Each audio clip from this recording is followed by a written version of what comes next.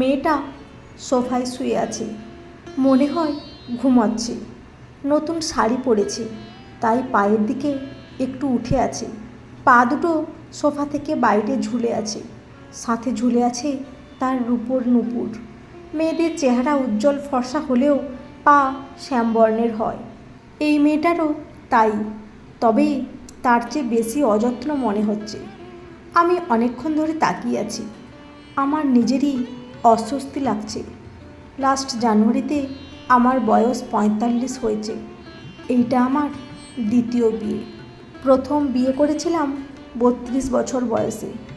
10 বছর সংসার আর 1 বছরে কোর্ট কেস ঘুরে সেই সংসারের ইতি টানার পর গত 2 বছর ধরে এই ফ্ল্যাটে একাই থাকছি। এমন না যে আমার কোনো বদ অভ্যাস আছে। একটি কোরিয়ান কোম্পানিতে চাকরি করি, স্যালারি 80,000 মতো। না, আমি নেশা করি না, না কোনো মেয়ের সাথে আমার সম্পর্ক আছে, তাও আমার সংসার টেকেনি। আর বিয়ে করব না এমন কোনো রকম পণও করিনি, তবে একটা গা ছাড়া ভাব এসে গিয়েছিল। কিন্তু সারা জীবন জয়েন্ট ফ্যামিলিতে বড় হওয়া আমি যখনই অফিস থেকে দিন শেষ করে বাড়ি ফিরি, কেমন যেন কান্না জমাট বাঁধ বুকে। মা বাবার ইচ্ছেই আবার বিয়ে। মেয়েটারও একবার বিয়ে হয়েছে, 7 বছর পর ডিভোর্স হয়েছে, কিন্তু বয়স এখন 30। 22 বছরে বিয়ে দিয়েছিল ওকে। মেয়েটার মধ্যে একটা সংসারী ভাব আছে, আমাদের মা কাকি মামিদের দেখলে যেমন লাগে। পুরো অনুষ্ঠানটা ঘরোয়াভাবেই হয়েছে, আমরা কেউ চাইনি বড় অনুষ্ঠান হোক। মেয়েটাও নাকি মানা করেছিল, তবে মেয়েটার বাবার আর্থিক অবস্থা যথেষ্ট ভালোই, অনেক কিছু দিতে চেয়েছিল, কিন্তু আমি মানা করাতে কেউ কিছু বলেনি। কারণ আমি মেয়েটাকে উদ্ধার করছি এমন ভাবটা কেন আনবে? দুজনেই তো ডিভোর্সি। ওর নাম নীলা। আমাকে অফিসে যেতে হবে। প্রতিদিনের মতো আমি জলখাবার বানালাম, ওর জন্যেও বানালাম। আমার আগের স্ত্রী প্রিয়ন্তী, ওর রাত জেগে মুভি দেখার অভ্যেস ছিল। সকালে উঠতে পারতো না, কখনো কখনো উঠলেও তীব্র মাথা ব্যথা করত। ডাক্তার ছাড়া সে ব্যথা কেউ কমাতে পারতো না। মা বাবা বাসায় আসলে এইটা নিয়ে প্রায় ঝামেলা হতো। সমস্যা এটা না যে ও ঘুমোচ্ছে, মা কিছু করে খেলেও ওর মনে হতো মা ইচ্ছে করে ওকে অপমান করে। উঠে এমন কী বা করে? ঘুমোলে কি হয় 11টা অবধি? সেই তো আবার খেয়ে ঘুমোবে। ওর কাছে এইসব লজিকের আমাদের যুক্তি কখনো টেকেনি, তাই তো আমি নিজের নাস্তা নিজে বানানোটায় অভ্যাস করে নিয়েছি। আমি চায়ের পাতা দিতেই নীলা উঠে বসলো, চোখ মুখ মুছে দ্রুত গিয়ে বলল, আমার চোখ লেগে গিয়েছিল, আর কিছু খুঁজে পাচ্ছিলাম না আমি, তাই কিছু বানাতে পারিনি। আমি ওর দিকে ফিরে তাকালাম, মনে হয় সে ভীষণ অপরাধী ছাত্রী আর আমি লাঠি হাতে দাঁড়িয়ে আছি। আমি স্বাভাবিক গলায় বললাম, সমস্যা নেই, বসো। বাধ্য মেয়ের মতো সে চেয়ার টেনে বসে পড়ল।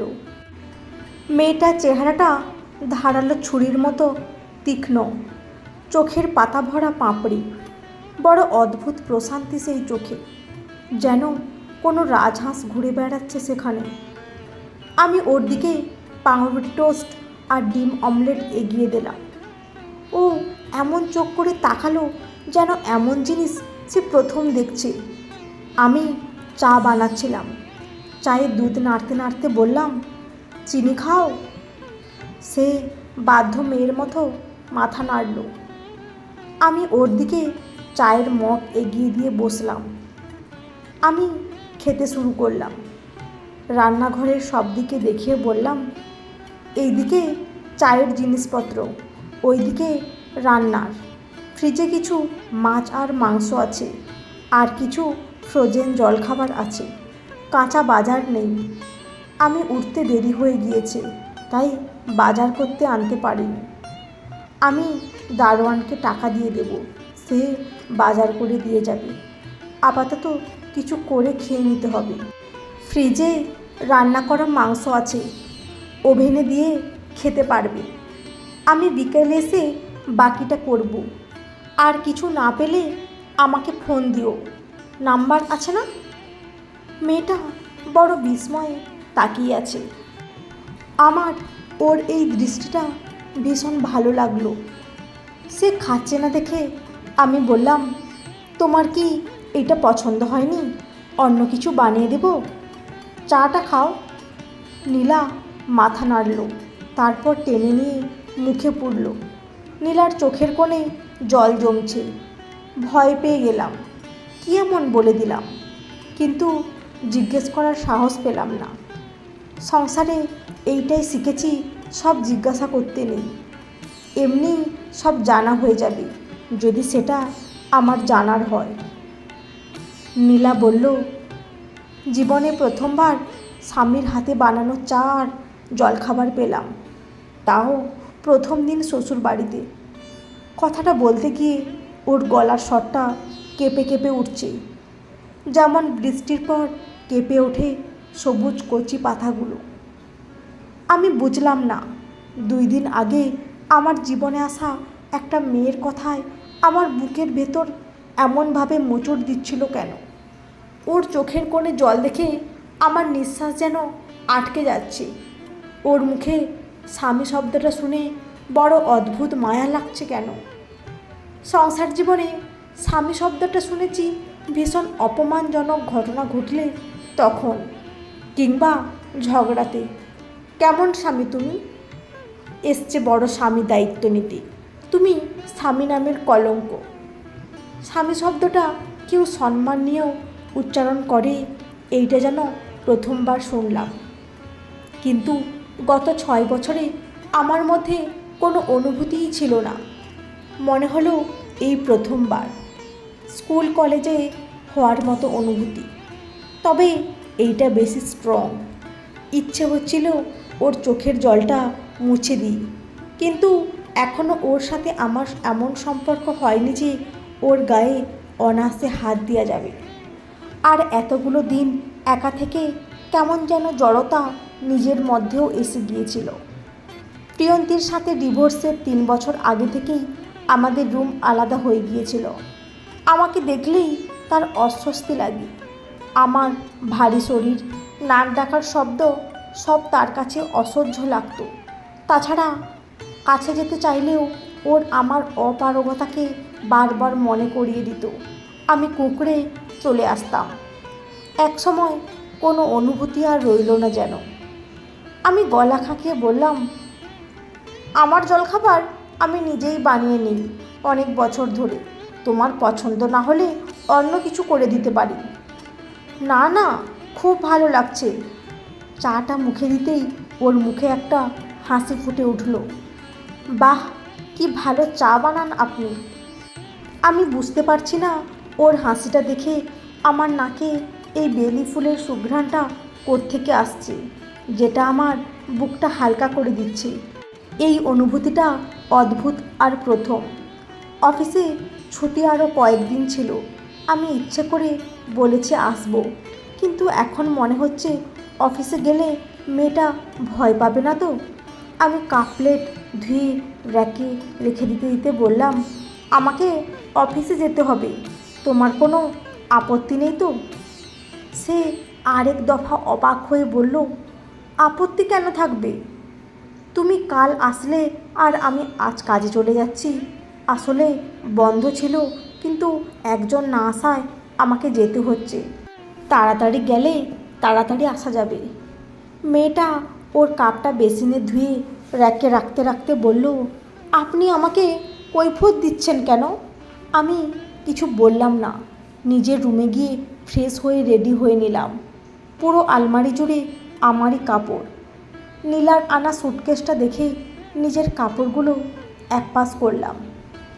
একটা ভালো লাগা কাজ করলো যেন নিজের অজান্তে। আবার ভয়ও লাগছে। কাউকে নিয়ে বেশি আশা করা উচিত নয়, কারোর কাছে কোনো এক্সপেকটেশন রাখা উচিত নয়। এই জীবন আমাকে তাই শিক্ষা দিয়েছে। অফিসে যাওয়ার পর আজ মনটা ভালো লাগছে খুব। বাসায় কেউ আছে, কিন্তু সে কি আমার অপেক্ষায় আছে? কয়েকদিনের মধ্যেই নীলা সব কিছু গুছিয়ে নিল। আমি খেয়াল করলাম মেয়েটা ভীষণ বুদ্ধিমতী আর সরল। রান্নার হাতও দারুণ। সামান্য ডাল রান্নাও অমৃত। পুরো ঘর পরিপাটি আর চকচক করে রেখেছি। আমার কাপড় চোপড় আমি ধুই, অনেক আগের অভ্যাস, কিন্তু সেসব গুছিয়ে রাখে। এমন না যে সে এইসব আমাকে খুশি করছে, সে যেন খুশি মনেই করতে থাকে। মানা করলে মনে করে কোথাও কোনো ভুল করেছে, ভয় পেয়ে যায়, বারবার সরি বলতে থাকে। ওর এই ভয় পাওয়াটা বোঝায় সে এমন এক জায়গায় এতদিন দিন কাটিয়েছে যেখানে তাকে সবসময় দোষ ধরা হতো, হয়তো শাস্তিও পেতে হতো। আমি সামান্য কিছু হেল্প করলে সে মুগ্ধ চোখে তাকিয়ে থাকতো আমার দিকে।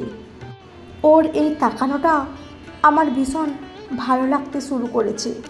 আমি তো এমনিতেই বাসায় এসে টুকটাক কাজ করতাম, এখন আরও আগ্রহ নিয়ে করি। ওকে জিজ্ঞাসা করে করি। আমি দেখি ওর চোখটা কেমন যেন চকচক করে। দ্রুত অফিস থেকে চলে আসি। আমি গেট দিয়ে ঢুকতে দেখি নীলা বারান্দায় দাঁড়িয়ে আছে। আমি আসায় আগেই দরজা খুলে দাঁড়িয়ে থাকে হাসি মুখে। ওর সাথে টিভি দেখি, সিনেমা নিয়ে কথা বলি। মেয়েটার কথায় বোঝা যায় সে অনেক বইও পড়েছে, মেধাবীও। গল্প জমাতে সময় লাগে না। প্রিয়ন্তীর সাথে গল্পের বইয়ে দূর দূরান্তের কোনো সম্পর্কই ছিল না, কিন্তু এখনও আমাদের মধ্যে কোনো স্পর্শ যেন হয়নি।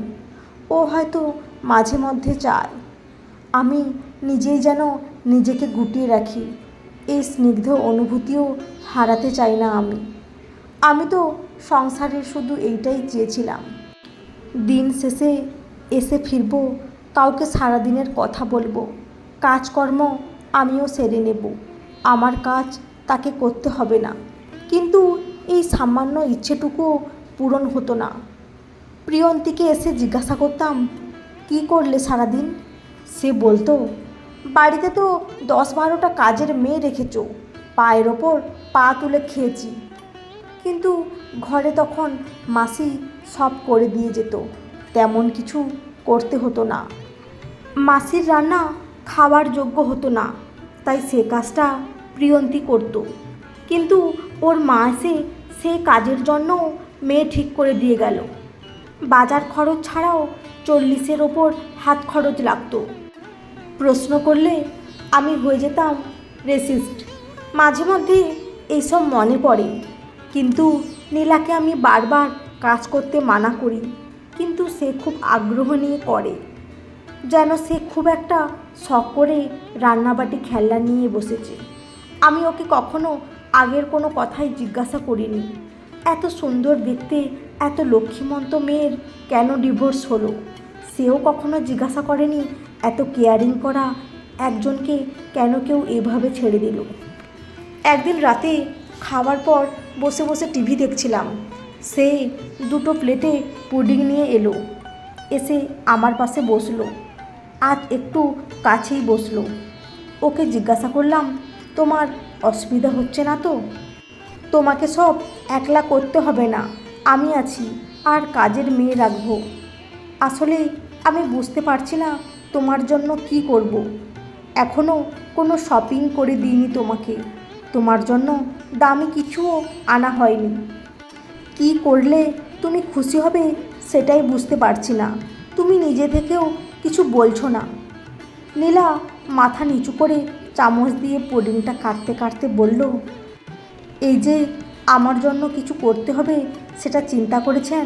আমার পাশে বসে কথা বলছেন, সকালে 1 কাপ চা বানিয়ে দিচ্ছেন, যা করি না কেন কোনো বাধা দিচ্ছেন না, কোনো কিছু আনলে আমাকে আগে প্লেটে তুলে দিচ্ছেন, আমি যা ইচ্ছা ধরতে পারছি, করতে পারছি, বলতে পারছি। এইটাই তো পাওয়া, এইটাই তো সুখ। একটা মেয়ে এর চেয়ে বেশি কিছু লাগে নাকি? আমি ঠিক করে একটা হেসে দিলাম, যেন সে মজা করছে। আমার মজায় মনেই হলো প্রিয়ন্তী এর চেয়ে বেশি পেয়েছে। বিয়ের প্রথম মাস থেকে সে কখনো এইসবের সুখ পায়নি, অভিযোগ ছাড়া। নীলা বলল, হাসলেন কেন? এইসব একটা পাওয়া হলো? এইসব তো সবাই পায়। নীলা মাথা নেড়ে বলল, সব মেয়ে এইসব পায় না। তারা নিজের একটা ঘর পায় না, একটা রুম পায় না, নিজের পছন্দ মতো একটা খাবার বানাতে পারে না, সম্মান পায় না, সবচেয়ে বড় কথা 2 মিনিট পাশে বসার একটা স্বামী পায় না। যারা এইসব নিয়ে সুখে থাকতে চায় তারা এইসব পায় না। আমি তো পাইনি। আমি পেয়েছি সারাদিন কাজ করেও অভিযোগ, কিছু না পারার অভিযোগ, কথায় কথায় মানসিক অত্যাচার, মাসের পর মাস বেঘরে মাতাল নিয়ে পড়ে থাকা স্বামী, যে কোনো দিন আমার কোনো দায়িত্বই নেয়নি, আমার একবেলা খাবারের খোঁজ রাখেনি, অযথা বাজে ব্যবহার আর অসম্মান। আপনি আমাকে সম্মান দেন, পাশে বসেন, কথা শোনেন, আমার রান্না করা খাবারের প্রশংসা করেন, এটা যে আমার কাছে পরম পাওয়া মনে হয়। আপনার মতো এত ভালো মানুষ আমার জীবনে আসবে আমি ভাবতেও পারিনি। জানতামও না কোনো পুরুষ এমনও হয়। আমি অনেকক্ষণ অবাক হয়ে তাকিয়ে রইলাম। আজ আমার সত্যি মনে হচ্ছিল, এই মেয়েটাকে কি ভাগ্য করে পেলাম। এমন মেয়েও হয় নাকি? প্রথমবার ওকে স্পর্শ করলাম, ওর চোখের জল মুছে দিলাম। মেয়েটা মায়া চোখে তাকালো। আমি কাছে টানতেই সে বুকে মাথা রেখে দিল। এ কি? আমি অজান্তেই বলে উঠলাম, এ কোন সুখ? বুকে জমানো সব পাথর যেন তীব্র বহমান ঝর্ণার মতো গলগলিয়ে ঝরে পড়ছে। বুকের ভেতর তীব্র তাপদাহ কীভাবে শৈত্যপ্রবাহের মতো আমার মস্তিষ্ক নিশ্চুপ করে দিল আমি জানি না। এ কেমন অনুভূতি? কি বলে একে? আলতো করে ওর মাথায় হাত রাখতে সর্বশক্তি দিয়ে যেন আমাকে চেপে ধরল। আমার মনে হলো এই প্রথম কোনো নারী আমায় স্পর্শ করলো। নিজেকে সামলাতে পারলাম না। কি অদ্ভুত! আমার মনে হয় এই রাত, এই স্পর্শ, এই সুখ জীবনে প্রথমবার এলো। আমার কোনো অপারগতা নেই। তীব্র উত্তাল ঢেউয়ের মাঝে যেন সপ্তম আকাশে মেঘের ডানায় ভাসছিলাম দুজন। আমার চোখ বেয়ে জল পড়ছিল। নীলা গালে আলতো করে হাত লাগাতেই হাউমাউ করে কেঁদে উঠলাম। নীলা আমায় ভীষণ ভালোবাসায় চেপে ধরল, যেন সব ধুয়ে মুছে এই এক নতুন জীবন, প্রথম জীবন। এর আগে কোনো বিষণ্ণ জীবনেই ছিল না আমার। আমরা দুজন একে অপরের মধ্যে এমনভাবে ডুবতে শুরু করেছি, একে অপরকে আবিষ্কার করতে শুরু করেছি, যেন একটা গুপ্তধনের খোঁজ পেয়েছি। মুগ্ধ চোখে তাকিয়ে থাকা রূপালি রঙের একটা বিকেল, একে অপরকে আগলে রাখার অদ্ভুত মায়া। ওর উপস্থিতি, ওর স্পর্শ যেন আমাকে মাদকাসক্ত করে ফেলে। আমার মাথায় আর কিছুই থাকে না। ওকে হাসতে দেখলে আমি অজান্তেই হাসি। ওর মন খারাপে আমার বুকে এক ভীষণ মন খারাপ চেপে বসে। যেন কোনো কিশোর ষোড়শী প্রেমে মজেছে দুজন। নীলা মা হচ্ছে বিয়ের 4 মাস পরেই। যেখানে আমি 10 বছর সংসারে শুনে এসেছি দোষটা আমারই ছিল, কোনো কারণ ছাড়াই। আমি যেন ভুলতেই বসেছি আমার আগের কোনো সংসার ছিল। নীলাকে নিয়ে আমার ভীষণ চিন্তা এখন, তাই মা বাবাকে নিয়ে এলাম। মা প্রথমবার দেখল তার ছেলে কারোর হাতের বানানো জলখাবার খেয়ে হাসি মুখে দিন শুরু করছে। ঘরে কোনো ঝগড়া নেই, কোনো চিল্লাচিল্লি নেই, কোনো খোঁটা মারা কথা নেই। প্রথমবার যেন দেখল তাদের দেখে হাসি মুখে কথা বলছে ছেলের বউ। আমি একমাত্র ছেলে হওয়া সত্ত্বেও মা বাবা আমার বাসায় এসে 4 দিনের বেশি থাকতে পারেনি। এইখানে শিফট হবে ভাবা তো দূরের কথা। নীলাকে দেখলাম ভীষণ খুশি। তাদের খুশি রাখার কী এক প্রচেষ্টা! মায়ের সামান্য সহযোগিতায় তার গালটা টকটকে লাল হয়ে উঠছে। বাবা বিকালে হাঁটতে গেলে হাতে করে ওর জন্য একটা আইসক্রিম এনেছে। আমি জানি না কী এমন পেল সে, যে গল্প করে আমাকে 10 বার শোনালো। সে জানালো এইসব অনুভূতি তার কাছে প্রথম। কোনো শ্বশুর শাশুড়ি কিভাবে সুন্দর করে কথা বলতে পারে, প্রশংসা করতে পারে, হাতে করে চকলেট আনতে পারে, তার জানা ছিল না। কিন্তু মা বাবা প্রিয়ন্তীকে মা ছাড়া কখনো কথা বলেনি। প্রিয়ন্তীর এইসব আদিক্ষেতা ছাড়া আর কিছুই মনে হয়নি। নীলা বাবা মাও একদিন এলো, আমাকে সে ভীষণ ভয়ে ভয়ে বলতে এলো। আমি মহা উৎসাহ নিয়ে বাজার করতে যাব বলাতে সে অবাক চোখে তাকালো। আমাকে বলল, আপনার মা বাবাকে বলতে হবে, অনুমতি নিতে হবে। এইবার আমি অবাক চোখে তাকালাম। কেন? মেয়ের শ্বশুরবাড়িতে মা বাবা আসতে কিসের পারমিশন? একটু দুষ্টুমি করে বললাম, আগে নিতে হতো নাকি? নীলা চোখে জল টলমল করছিল, বলল, হ্যাঁ, কয়েকজনকে ধরে বলে পারমিশন নিতে হতো। যেদিন মা বাবা আসতো সেদিন আমি ভীষণ ভয়ে ভয়ে থাকতাম। অনেক ধরনের কথা শুনতে হতো বাবা মাকে। অল্প কিছু রান্না করতাম, তাও অনেক ঝামেলা হতো প্রতিবার। বাকিটা সে শেষ করতে পারেনি। আমি নীলাকে বুকে টেনে নিলাম। নীলার জায়গা যেন আমি ছিলাম। মা বাবা আসলে আমি ভয়ে ভয়ে থাকতাম। এখন যদি কেউ প্রশ্ন করে কেন ছিলাম একসাথে এতদিন এই বৃষ্টির সম্পর্কে, দুজনেরই উত্তর হয়তো এইটা হবে, আমরা চেষ্টা করেছি। অনেকেই এখনও করছে সামান্য ভালো থাকার চেষ্টায়। নীলার মা বাবাকে আমার মা বাবা বেশ উৎসাহ নিয়ে আপ্যায়ন করল। নীলা যেমন মাঝে মধ্যে অবাক চোখে তাকিয়ে থাকে, নীলার মা বাবাও আমার আপ্যায়নে মাঝে মধ্যে এইভাবে তাকাচ্ছে। আমার মনে হলো নীলা এমন সহজ সরল হওয়ার কারণ ওর মা, আর মেধাবী হওয়ার কারণ ওর বাবা। দুজনেই দারুণ মানুষ। আমার মা বাবার সাথে বেশ জমে উঠল। আমিও বসলাম আড্ডাতে। নীলা দূরে দাঁড়িয়ে তাকিয়ে এক স্বর্গীয় আনন্দ নিচ্ছিল। হয়তো কিছু মেয়ে এই সামান্য আনন্দটুকুই চায়, যেটা নীলা পায়নি। আর আমি প্রিয়ন্তীর মা বাবার সব অন্যায় আবদার পূরণ করেও পিঠের ওপর হাত রাখা এই কোমল স্পর্শটা পাইনি। নীলার মা বাবা 2 দিন রয়ে গেল। নীলার বাবার হঠাৎ অতিরিক্ত প্রেসার বেড়ে গেল। উনি প্রেসারের ওষুধ খাননি। নীলা জানালো উনি আগে স্ট্রোক করেছিল। আমি ছোটাছুটো করে ডাক্তার দেখালাম, টেস্ট করালাম, হসপিটালে নিয়ে গেলাম। একদিন অবজারভেশনে রেখে ছেড়ে দিল। সব মিলিয়ে 10-15 হাজারের মতো বিল হলো। আমি দিয়ে এলাম।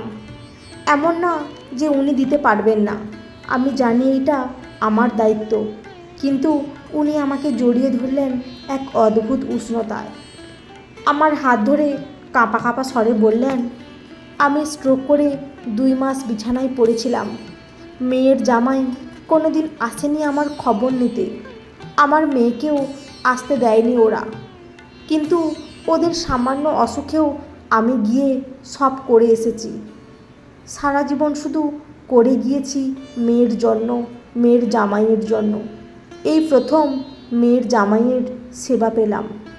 আমি ভাগ্য করে তোমায় পেলাম, তোমার মতো ছেলে পেলাম। তোমার হাতে মেয়েকে দিতে পারলাম। আমি এখন মরেও শান্তি পাব। আমি সেদিন অনেকক্ষণ বারান্দায় বসে রইলাম। এমন না আমার আমি নতুন হয়েছি, এইটা তো আগেও ছিলাম। সবার জন্য সব করতে চাওয়া, সবাইকে নিয়ে একসাথে থাকতে চাওয়া, এই সবেই তো সুখ খুঁজে পেতে চাইতাম। কিন্তু কেউ কখনো তার জন্য এইভাবে আমাকে অ্যাপ্রিসিয়েট করেনি।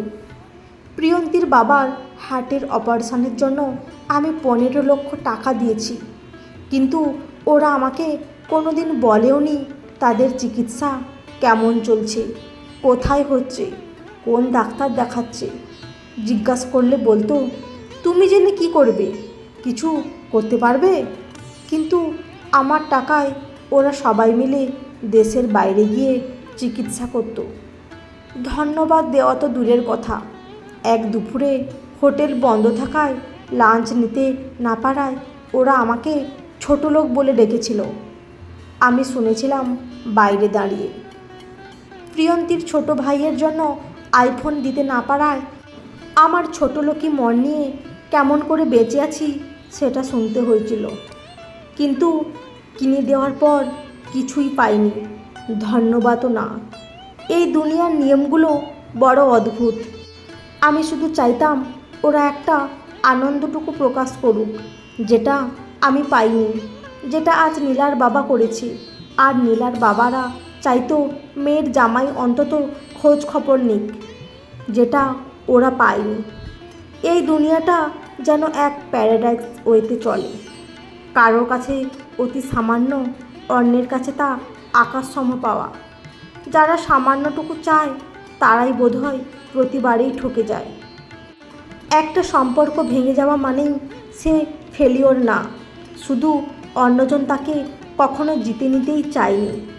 যেখানে শেষ হয় কালো রাত, সেইখানেই অপেক্ষা নতুন শুরু। নীলা 2 কাপ কফি হাতে আমার কাছে এসে বসলো। আমি ওর দিকে তাকিয়ে রইলাম। ও আমার কাঁধে মাথা রাখলো, গুনগুন করে গান গাইছে। আমার মনে হলো আমার জীবনটা ভীষণ ছোট। নীলাকে এত ভালোবাসা দেওয়ার আছে, যার জন্য এই জন্ম ভীষণ ছোট পড়ে যাচ্ছে। আরও অনেকগুলো জন্ম সে আমার হোক, আর আমার মনে থাকুক ভালোবাসার এই স্নিগ্ধ অনুভূতি। আমার মনে হলো মাঝে মধ্যে জীবন আমাদের ভুল মানুষের সাথে দেখা করায়, যাতে আমরা সঠিক মানুষটাকে সঠিক যত্নটা করতে পারি। বন্ধুরা, আজকের গল্পটি কেমন লাগলো? যদি ভালো লেগে থাকে অবশ্যই একটি লাইক দিয়ে চ্যানেলটি সাবস্ক্রাইব করে পাশে থাকবেন। অসংখ্য ধন্যবাদ।